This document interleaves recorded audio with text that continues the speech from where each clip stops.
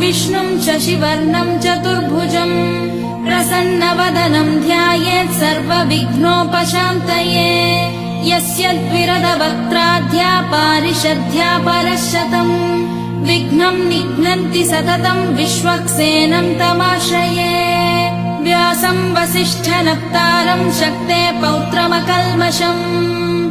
पराशरात्मजं वन्दे शुकतातं तपोनिधिम्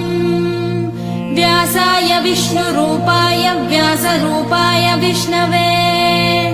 नमो वै ब्रह्मनिधये वासिष्ठाय नमो नमः अविकाराय शुद्धाय नित्याय परमात्मने सदैकरूपरूपाय विष्णवे सर्वजिष्णवे यस्य स्मरणमात्रेण जन्म संसारबन्धनात्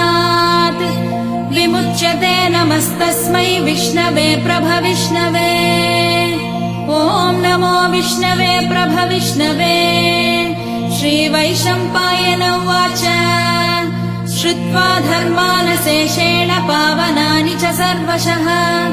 युधिष्ठिरः शान्तनवं पुनरेवाभ्यभाषत युधिष्ठिर उवाच किमेकं दैवतं लोके किं वाप्येकं परायणम्